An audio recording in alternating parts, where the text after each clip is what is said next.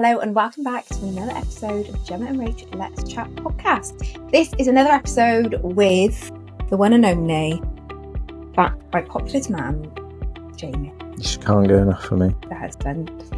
This is going to be a Q&A episode. So we gave you a rundown of the chaos that is our life in the last episode, and it was a little bit longer than we anticipated. A little. We have split the Q&A part into a separate episode. So if you want to hear what we have to say on your questions, then you know what to do. Make a brew, grab your headphones, link up the Bluetooth, and let's chat. Is that right again? Yeah, well done. Okay, so we've got questions that we are going to answer, and we're going to go in hot and heavy with questions that I know. Yeah. It wasn't on this one, actually. Okay. So I don't want you to see this one, because I'm going to just ask you. I haven't seen any of them, so you are just going to ask me. I had this question in a couple of different ways, and I didn't think anyone had noticed. Okay. How come you've dropped Walkinshaw from your social media accounts? I haven't. I have. Oh. Why? That's my granddad's name. Right. We have a very long surname, okay? And it takes up a lot of characters, and it makes some like social media posts and things like that very difficult with my very long surname. I mean, look, I'm not bothered by it at all. So for any of you that were worried that it was because, I don't know, you divorced the Walkinshaw side of me.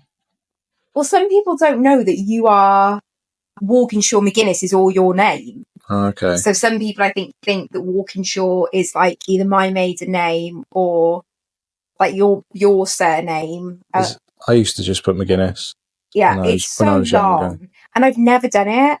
I've gone 8 years of marriage where I have been so committed to Walkinshaw McGuinness. Like I've died on that cross. There's no commitment needed. Like I said, it doesn't bother me. Just have to answer to my forefathers, that's all. But if you're content with that, then that's fine. I'm sure you'll be fine with it. There you go, You'll then. be absolutely fine. So, yeah, that is really not exciting. It's just laziness. No, not even laziness. It's just ease, simplicity. Not even for me, but for the poor people trying to find me or... Yeah, but you stand out with a longer name, don't you? Oh my God, yeah. But imagine if you saw, like, trying to take all of that in, if you just saw a quick picture or... Like, if I had an advert out and then you're trying to... Like, no one's even that interested in what my name is, but it takes up so much space. I know, but you changed your handle to Wildflower Weight Loss and Beyond. Bring that up on the podcast. No one even asked me that question. Why did you change your handle? I know why. Why? Because you're a mindset guru. No, it's not because I'm a mindset guru at all. Okay. I changed my... No, I changed my username to Wildflower Weight Loss and Beyond because I felt like I'd just been on a bit of an evolution the last year. God. I did. I felt like I had grown as a person. Okay. And I feel like what I offer to my clients is more than just weight loss. Beyond weight loss, okay, right? I got it. It goes on. And I've got, lots of clients now that are in maintenance that I do, I'm on a different journey with them with. And this wasn't an actual question, right? I know, but I've had it come up in a Q&A before. No, you haven't. You've just wanted to explain it. I haven't wanted to explain it. Because you just said, no one's actually asked me that. But I just felt like it was more apt. No, it works. It works. Yeah. Well done. But Walkinshaw was just taking the mick. It had to go. That's okay. Had to go. Somebody else has asked. Obviously, these are all anonymous. Fucking hell. What? That was loud. Sorry. Somebody else. Sorry, Davina. You're live on the Generate podcast. Please do not swear. Sorry. Next question. I've had this question in varying different ways. Has the weight loss injection affected your business? Well, you're the front line, so you can answer that. But we had not a heated conversation about it because it wasn't two-side heated, but we hit a nerve on this conversation the other day, didn't we? So I'll leave this one to you. Well, no, I think your points are very valid. Now, obviously, there has been a huge rise in people marketing, using, documenting their experiences with GLP-1 medications, of which there are many you can pick from. And I was thinking about this the other night, right, after our debate, because... It wasn't a debate. Well, after our conversation, because if we think about it, there have always been so many methods of weight loss, and there's always been like a miracle solution. Every decade or so, if you look at like weight loss history, there has been the thing that is going to end obesity, right? It annoys me because rarely is it the wonder drug that is being sold to people. So where I was getting heated the other day about the injections is that my concern is, because this is probably the first time there's been this like wonder drug of sorts that has been around whilst we've had the level of social media advertising that we have nowadays. You know, if you think what was it called? Phenedrine? I don't know. There was like amphetamines basically back in like the 90s, the noughties. Then gastric surgery came in, and that was going to be the big thing that just totally revolutionized weight loss and obesity. And, you know, there's other things kind of here and there, but I would say those are in like my living memory, the last two very big things that was like, this is going to change it. And then you've got the injections that are going to change it. But I think the difference this time, I don't see it as any different to any other time a miracle drug has come on the market, other than the volume and noise that we now have because of social media. And what worries me about it is that beyond injecting yourself with a medication, like that's down to an individual to figure out if that is going to be the right thing for them to do. Well, I said to you, didn't I inject myself once a fortnight with my psoriasis medication, and sometimes that's enough for me. Yeah. So it's like, it's not going to work for everyone, obviously, but like we say, you do you know, like. Yeah, but where I don't like it is being hailed as such this like wonder drug that we know already so many people have tried it, and maybe their bodies haven't worked well with it. Maybe they've had bad side effects. Maybe it just hasn't worked for them, right? But you're having it rammed down your throat, whether that be on TikTok or the news or whatever it is, that this is the cure to all obesity issues.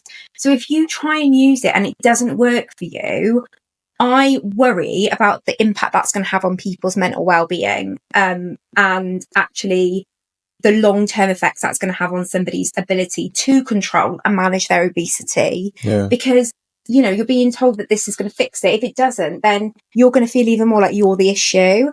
And all of these methods that have, or, you know, been used or that are promoted, generally look at it from a very isolated perspective of, let me reduce your calories. Let's just reduce the amount of calories you consume. I just think it's not the right thing to do to only look at how we help people reduce their caloric intake, and we don't look at anything else, which is why, for me, my personal stance would always, not just because I'm a consultant and this is what I did, is always going to land with the plan that supports people one-on-one in weight loss. Weight loss is far too complex and has far too many like factors to do with your mental well-being, your lifestyle, all the rest of it, that just suppressing your hunger fixes it. Yeah. Has it impacted our business, like as in the day-to-day running of our business? No.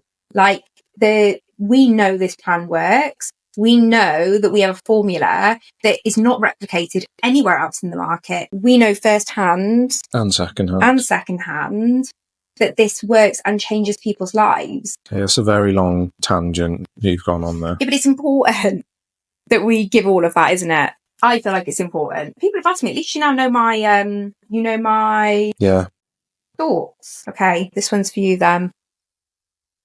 Ready? Give us your tips on how you avoid Diva fever, which is where my mindset keeps going. It keeps telling me I look okay and don't need to do that extra stone. The Diva fever. This is where it comes with mind tricking again, and having your initial goal was in mind, because that should be stronger than stopping. It's not giving up, but stopping where you think you feel comfortable and look comfortable, or more comfortable. It's getting to that end goal that you initially set out to get to. And if you're anything like me, you probably always pick holes in yourself as well. So as soon as you stop there, before you get to your goal, you're going to start picking holes in yourself before long.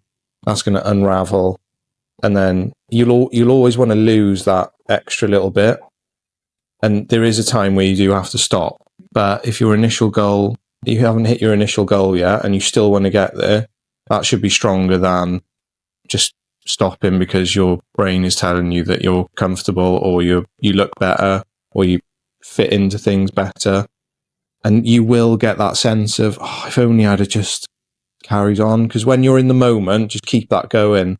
Don't stop. That's when, it sets you apart from your mind as well. Because your mind can tell you to stop. And if you stop, it's very hard to get going again, especially if you need to lose another stone. It's very difficult. And I feel like as well that your goal will change. So like motivation will change throughout your weight loss journey, because as you lose weight and you feel better and you can do things you couldn't do, you could wear things you couldn't wear. I think there's an element, if you're someone who's struggled with your weight, of us being settlers and us being happy to settle in life with things, because, either we can or we're unable to, or society makes us feel as larger people that is all we're like, we should be happy or lucky that we've got what we've got, kind of thing. And that set or mindset is, I think, something that can really get triggered when you get to a place where you're starting to feel good, because it's almost like, well, this is what I deserve to feel like. I feel good, like I should just be happy with that and like run with it. But actually, it's only if you can push past that settling mindset that you can actually reach a place where you can start, fulfilling a potential you didn't even know existed, and living life in a way that you didn't even think could be possible, because you've removed so many restrictions from your life, both physically, but also mentally. And everyone gets Diva, right? Everyone feels good and thinks, I can treat myself to that. I can treat myself to this. But you're not treating yourself to anything at all. Actually, what you're doing in that moment is giving up on so much potential for yourself going forward, because you're settling. You're telling yourself that you can only come this far. You're only worth this much. And I think there's such a lot to be gained by just digging deep, reassessing not why you started plan, but why am I doing it today? Like, why in this moment have I chosen to be on plan? Yeah. And if you make a pro and cons list, and actually there's not really any reason why you're still wanting to lose weight, then arguably your goal weight wasn't the right weight for you in the first place. Maybe you had a figure in mind that was just like unrealistic or like unnecessary. But that's where having really clear goals that are not numbers based is really important. So I speak a lot about this in positive goal setting with my clients, where I say, think what your goal is. People will normally have a number. They'll be like, I want to be 11 stone. It's like, okay, I don't care about the 11 stone bit. What's 11 stone giving you? Like, what is 11 stone bringing to your life? Write all of that down. And then when you've achieved all of that, you're at your goal. That might be before 11 stone or after 11 stone. Yeah. Like, make that the goal instead of the numbers. I think a lot of the time, Diva fever does come from that. I'm close and I've just got use in life to settle into kind of get things instead of like fully achieving it. Yeah. And again, consultants are so important at this point. Like, your consultant will make or break you having Diva fever. Like, they can't make you not have it, but you need somebody that can be really honest with you and have a really honest conversation, and that's been there and can be like, look, I know what you're thinking. I know what your brain is going to tell you. You need to trust and listen to me. I've not steered you wrong this far. Like, you've trusted me this far. You have to keep trusting me. It's that rebellion starts coming out. Yeah. There's also that trick of you won't get there anyway. You can't get that. Yeah. You can't get any closer to your goal anyway. But it goes back to that euphoria of defeating your brain, basically. And that far outweighs whatever your brain wants you to do. Yes. Far outweighs it. It is, it's really important that you really focus in on why you're doing it. Like, and don't settle. Don't settle. Like, aim for what you want to achieve, because you can do it. Like, we're proven examples of that, really. Like, from where we were, I never thought I would be able to get down to where I am.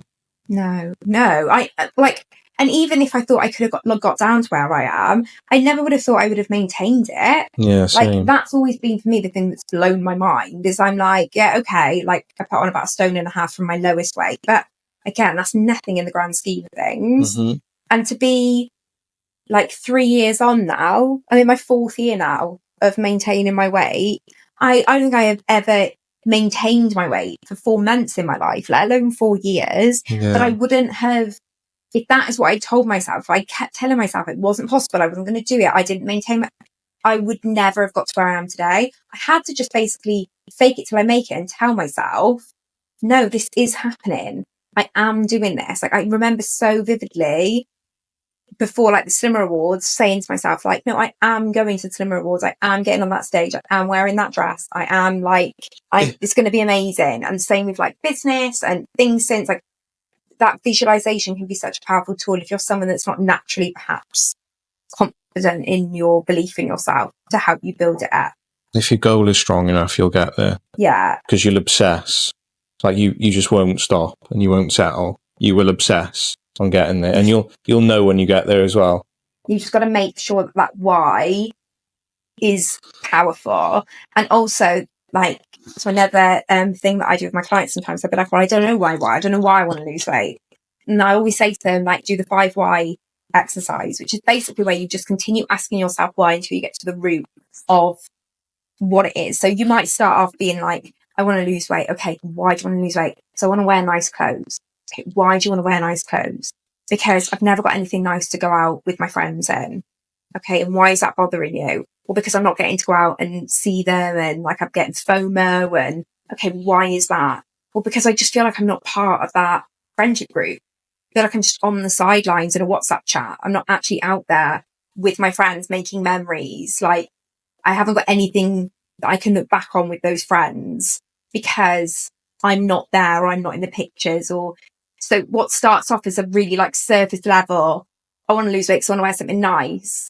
It suddenly becomes such a big thing. And then it's like, you can almost get angry at like obesity, like not yourself, but at obesity, and to be like, I am letting every single day that I am having a little moan about the fact that I can't have a takeaway, I'm missing out on a takeaway. But every time I say yes to it, I'm literally missing out on experiencing life and having memories with my friends. Like What's more important? Yeah, what is the competition here? Yeah. And but that's where you need to get to. But you need to be able to have that really hard conversation with yourself that gets you to that pain point that is far greater than any awkward conversation with the friend you're going to have, saying no to your mother-in-law when she offers you a bit of cake, or you know, whatever it is whilst you're on plan to get that weight off so that you don't have to deal with it again. And that will push you through right to the end, because you're right, I ended up feeling like I was in a battle against this like other version of this like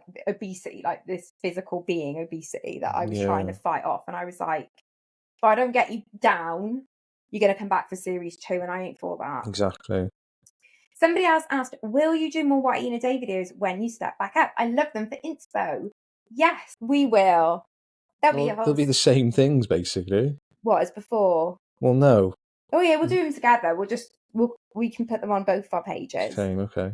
But yes, we will do, because I know I still get a lot of people messaging me who don't like cooking, basically. Yeah, it's I not. feel really bad about it. It's not going to be very gourmet. Then that's what people want, because they also don't want to cook, and there's such a stigma to it online. So I will take the stigma. I will take Janice moaning at me about my plastic recycling, so that you feel less alone. Okay. Because you don't have to feel alone. Someone said, do you offer support for any consultants who don't need products, e.g. pay the calls, etc.? No, sorry, we don't. And we just, like, when we don't have time, like, our clients have to be, like, my number one priority. But also, if you are a consultant, then, you know, you've got the amazing network, you've got your sponsor, you've got other people in the network that will be able to support you. So I would reach out to your sponsor. I would reach out to others within the network. You know, there's always people that are going to be willing to help and support one another. Just because you're a consultant doesn't mean you're not going to struggle. Like, hello. Mm-hmm. Like, you do. you need that ongoing support. I'm so fortunate that I've got obviously Jem and Nat, who are like I thought you were going to say me. And you, but I've got Jem and Nat, who are like my ride or dies when it comes to plan and everything else. And Nat's been really open about the fact that she struggled this year, and like she's looking incredible, like she's done amazing. And again, it's just from that support. So like go out there and find that support network if you don't already have it, because there is so much support online on Instagram and, you know, Instagram, Facebook pages, YouTube. There's piles and piles of support, and like people do challenges and stuff. So just get involved with all of that to help. Somebody else asked, how do you think being neurodivergent affects weight loss? Just curious. I'm also neurodivergent. Nora's I see in the hand. I don't know what you're looking at me for. So I obviously have ADHD. Jamie has got nothing on paper, but we have also got an autistic child. So neurodivergency is something that we are like very familiar with. She's not on plan though. Poppy's not on plan. I mean, my God, can you imagine if she ate that much? No. Pops has got very restricted in her eating, kind of like AFRID, if you've heard of that. It's very common with people with autism. But yeah, Poppy eats what, like 5 or 6 things on a good week? Yeah. And yeah, because of that, I have a lot of like, because I am a second parent and I have got ADHD and I talk about it quite a lot. I do have a lot of clients that have either got children with additional needs or themselves are neurodivergent. And I do think it really does impact weight, both in why we gain weight and also how we lose weight and how we maintain our weight afterwards, because there are just extra factors that we have to consider. So, for example, as someone who's got ADHD, I know that I am very impulsive. I can chop and change things. I become very fixated with things, and how that can demonstrate in food is I can become very fixated on eating like the same things all the time. Yeah, go back and listen to our last episode if you want to know what I mean by Jamie. And that can be good or bad, right? Because I could get like a real hyperfixation I had when in the summer with Biscoff. Oh God, I just couldn't get enough Biscoff. Horrible. You don't like it, but I don't want it now. But then I was like, it's all I wanted. It's horrible. So obviously that's not great, right? I don't want to be eating that by the bucket ton. And at the times it can be a really positive thing. But I think understanding sometimes that your cravings aren't cravings, they're more, you could be like sensory seeking, or they could be like compulsions or impulsiveness because of like ADHD. For someone who has got certain aversions to textures, smells, like it could mean that their food that they're going to eat day to day is going to be much more limited. But I understand that because that is also a world we live in. So I think it helps me with those clients to be able to build out, because just because you're autistic, you've got ADHD, you've got any type of additional spiciness going on in your mind, it doesn't mean that you can't have success with plan or that you can't have success with your weight loss or weight management. I very much think that my weight issues are very interlinked with ADHD, but that doesn't mean I can't manage them. It may mean that it's a bit harder than someone who is neurotypical, but it doesn't mean that it's an impossibility. And I think that's the important thing, is a lot of time, we always say this with Poppy, don't we, is that we never want her to think that she can't do things. Like things, we might do things differently, or they may take longer, or it may not look how you're doing it over there, but she can still do it. And if it is different, then who cares? Yeah, exactly. Like, who cares? But I definitely think understanding how food was linked to neurodiversity was really interesting. And I will just shout out a book that one of my gorgeous girls recommended to me, which is written by a neurodivergent comedian. He's autistic, and he wrote a book called Why Can't I Just Enjoy Things? His name is Pierre Novellie. Is that right? I don't know who he is, so yeah. I'll see if I can link it in the show notes. Having just read like some excerpts, I listened to like the audiobook sample earlier, and I need to order it. It's incredible. I think understanding your brain when it comes to your food choices and some of the kind of cravings, which perhaps aren't cravings in this way in which a neurotypical person would see them, can be so useful. One, I think it removes a hell of a lot of like shame, guilt, negativity that you've been carrying on your shoulders about it. Naturally, when that is lifted, you're more able to make the changes that you need to make. But also, you give yourself a lot more grace. Like, for example, if I suddenly am fixated on Biscoff again, we'll use that as an example. Most people will say cravings only last 5 minutes. You've got to ride the wave of a craving, right? Now, if you're neurotypical, then that could potentially be the case. If you're neurospicy, like me, no, it won't. It will be there until I have it. That could be a day, it could be a week, it could be a month. It will be nagging me until I have it. And so something that I would have thought before, and then it ultimately would have led to like a massive binge because I would have had all these like negative emotions linked in with it. Instead, now I can say, okay, I'm going to let myself have like a bar of this or this, because I know it will just soothe that part of my brain. And yes, I will try other distraction techniques and do other things as well, but I won't beat myself up anymore if I end up like having it. And I also have come far enough now to know that, like, you know, a couple of bad food items or a couple of whatever is really not going to harm me in the long run. So I definitely think it is something you have to take into consideration if you're losing weight, in the same way that I would consider, like, we always consider Poppy's autism, even subconsciously. Like, you just think about what about the little things that we know, like upset her, make her anxious. Yeah. And I feel like I've just become more aware of that with me and food and how those things are linked, and how it's not like a character trait issue. It's not, you've not got willpower or motivation or things like that. Sometimes your mind's just a little bit different. Mm-hmm. It's like all Pops eats is Kinder Cards and Saurine. She doesn't eat anything else. Okay, I'm going to pick one more question. Let's have a look. Just gonna find one. Oh, here we go. This is a good one to end on. So someone said, so now that you no longer ship individual products out to clients, has Jamie still got a job? No, I haven't. Like I said, Well, you do have a job. Like, that's, you do the accounts. Yeah. And Poppy, like, whatever admin tasks you've got, I'll do. Yeah, you do that.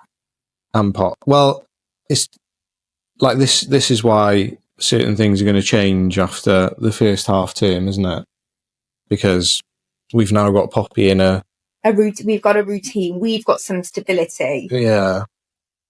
So if you watch the previous episode, it's been a bit mad over the last 2 years. Yeah. And it's just meant that, well, I don't know, I just haven't been able to.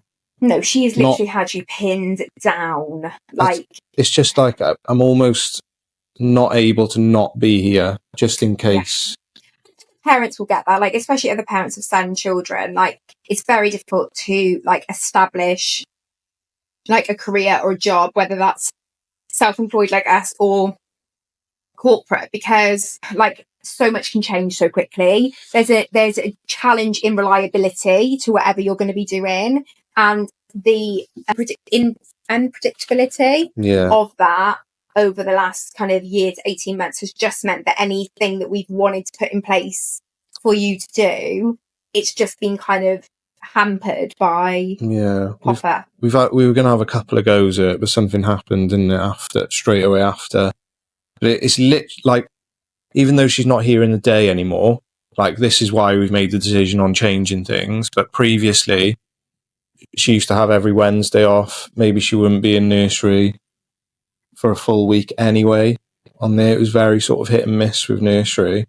But on the days that she was in nursery and wasn't here, even simple things like going to a shop without her to get things, without having to go down the toy aisle for an hour and having to buy a toy, or having to go to the magazines, or not being able to go to an aisle that she doesn't want to go to, not being able to go to a shop that's got an escalator in that she doesn't want to go up and will walk out the shop. It's just day-to-day stuff that we would need to get done. Well, not you, because you'd be working. But in the day, even like washing, emptying a dishwasher, going out to pick something up that we needed. Yeah, it's like, and again, I think unless you live in that world, it sounds ridiculous. It does sound ridiculous, but if you can relate, you will completely understand where we've been for the last like 12 to 18 months. And it's almost like if she did have to come home for a half day and I wasn't here, or I was working, I don't know how she would have coped with that. Not well. Because I mean, if I'm not in bed in the morning, she'll come looking for me. Yeah, she gets very... I describe myself as a bit of an anchor, don't I? You are her anchor. Not a rude anchor, if anybody misheard it. An anchor, as in W. Both. Yeah, well, I am, yeah. But no, yeah, you are her almost stability. Like, she needs you. It's like she accepts that I work. She accepts that Mum is going to be on call. But even that has been like, that isn't always a given when she's at home. No, it's not.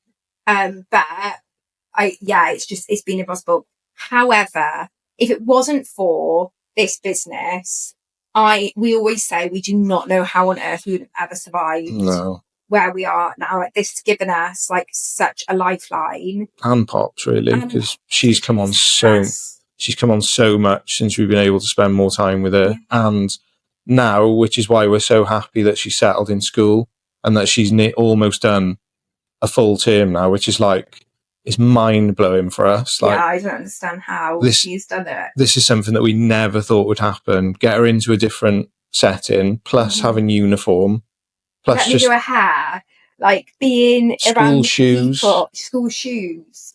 No nappies. It makes no sense. And like, people will say, like, see, we told you she would do it. And it's like, annoyingly, you're right in this situation. However, if you two have got an autistic child, you know... It's not as simple as that. It's not as simple as that. It really isn't. But, I mean, we are so grateful that she is where she is. And what that affords us now is the opportunity to look at other options for how we want to expand and grow, you know, our businesses going forward, which is exciting. Because it does now finally free me up. Yeah. Finally, you've been released from the traps of a 4-year-old. Touch wood. Touch wood. Oh my God, yeah. Let's just get through half term and see how she's going back. Exactly. But it's positive. And on that positive note, we are going to end this little Q&A. I hope that you have enjoyed it. I feel like you're able to get some stuff off. It's like a therapy session. Yeah, it was quite a nice little therapy session, actually. And hopefully you found some of it useful, or you're able to take something from it. As always, all of the details of our social media are going to be in the show notes. So if you want to check out our social media for more, if you want to follow Jamie to see what happens with him in the future, I'll put his Instagram details down there. And I will also put Gemma's details, as always, while she's not here. So you can, of course, go over and follow her as well. She will be back with me next week with the final in our 4-part series, looking at the plan and the science behind it, talking about all things maintenance. And we will then be kicking off our Christmas series, which I know is mental, but we're going to make sure that you are ready for the festive season and feeling like you've got all the tools and everything that you need. But for now, it is goodbye from me. And goodbye from me. We'll speak to you again really soon.